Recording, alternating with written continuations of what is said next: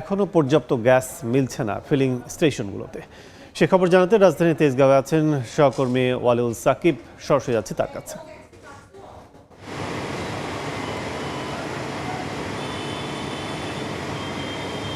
এই মুহূর্তে আমি তেজগাঁওয়ের যে ফিলিং স্টেশনটিতে আছি সেখানকার পরিস্থিতি তুলনামূলক ভালো রাজধানীর অন্যান্য ফিলিং স্টেশনগুলোর তুলনায়।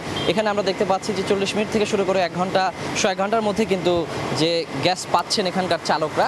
তবে আমি সকাল থেকে আসলে যেই পাম্পগুলোতে ঘুরেছি, বিশেষ করে মগবাজারে দেখেছি, সেখানে কিন্তু আমরা দেখেছি 2 থেকে 3 ঘন্টা পর্যন্ত কিন্তু অপেক্ষার পর গ্যাস পাওয়া যাচ্ছে।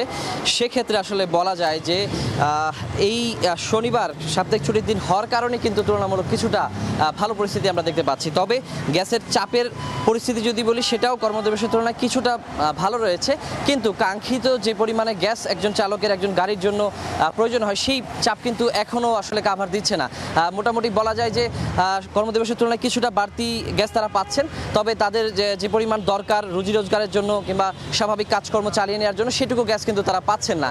তো আমরা দেখতে পাচ্ছি যে আসলে বেশ কিছু পাম্প কিন্তু বন্ধ পেয়েছে আমরা এই রাজধানীর এই গ্যাস সংকটের কারণে। আর যেগুলো চালু রয়েছে সেখানে তো আমি পরিস্থিতি বলছি আসলে।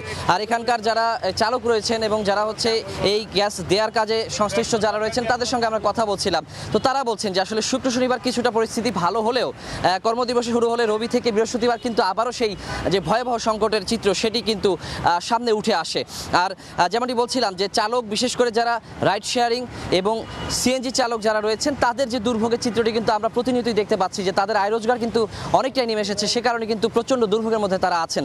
তারা বলছেন যেন দ্রুত এই সংকটের সমাধান করা হয়। তো এই ছিল আমার কাছে এখন পর্যন্ত তেজগাঁওয়ের ফিলিং স্টেশন থেকে সবশেষ খবর। এখন সরাসরি ছিলাম তেজগাঁওয়ে।